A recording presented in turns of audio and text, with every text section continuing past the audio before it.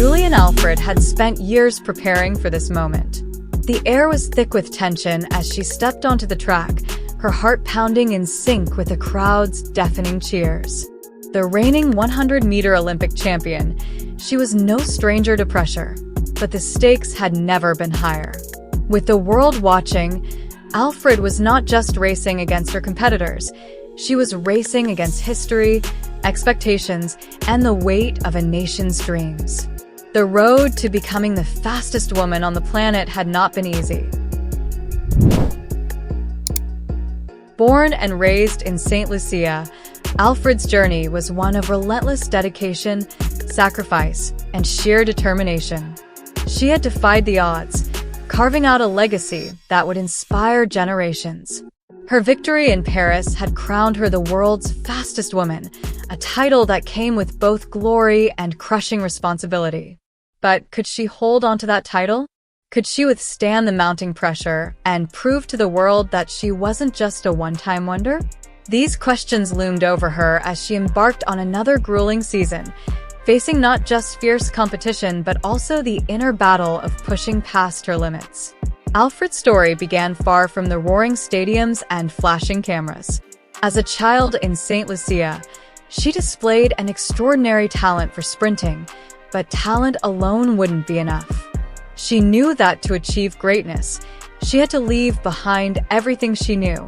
At just 14 years old, she made a life-changing decision to train in Jamaica, a country synonymous with sprinting legends.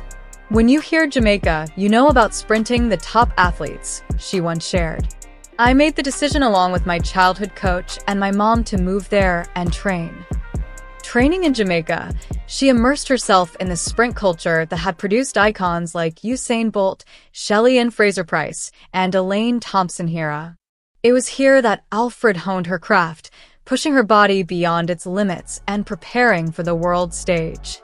Her relentless pursuit of excellence led her to the United States, where she continued refining her skills, driven by an unshakable motivation to be the best. She wasn't just running for herself.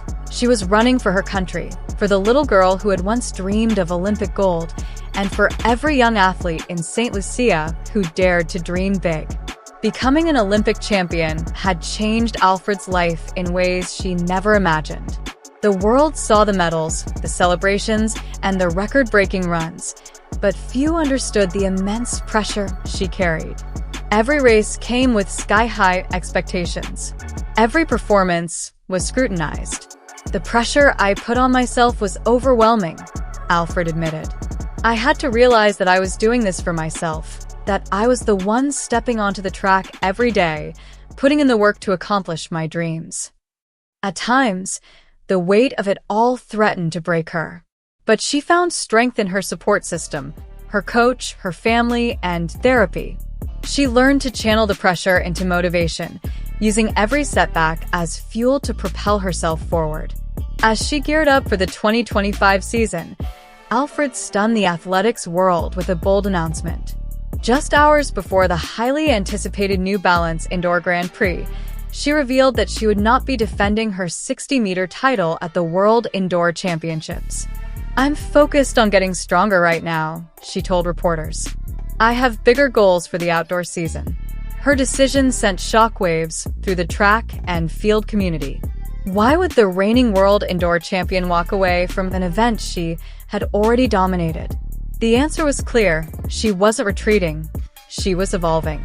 Alfred instead chose to compete in the 300-meter event against British star Dina Asher-Smith. It was a calculated move, one designed to build endurance, sharpen her speed, and prepare for the ultimate showdown, reclaiming her 100-meter dominance at the 2025 World Championships. If there were any doubts about Alfred's decision, she silenced them in Boston. At the New Balance Indoor Grand Prix, she delivered a breathtaking performance, setting a new St. Lucian national record in the 300 meters with a blazing 36.16 seconds. She led from the start, clocking 11.83 seconds at 100 meters and 23.18 seconds at 200 meters before surging to the finish. Asher-Smith trailed behind, unable to match Alfred's raw speed and endurance. This wasn't just a race, it was a statement. Julien Alfred was stronger, faster, and more determined than ever. Looking ahead to the 2025 season, Alfred has made another unexpected pivot, shifting her focus to the 300-meter and 400-meter events. In an interview with Tiara Williams, she revealed her long-term plan to strengthen her endurance and diversify her skill set. "My coach and I have been working really hard," she said. "Most of my training now is focused on 300 and 400 meters. I'm trusting the process, even when it hurts."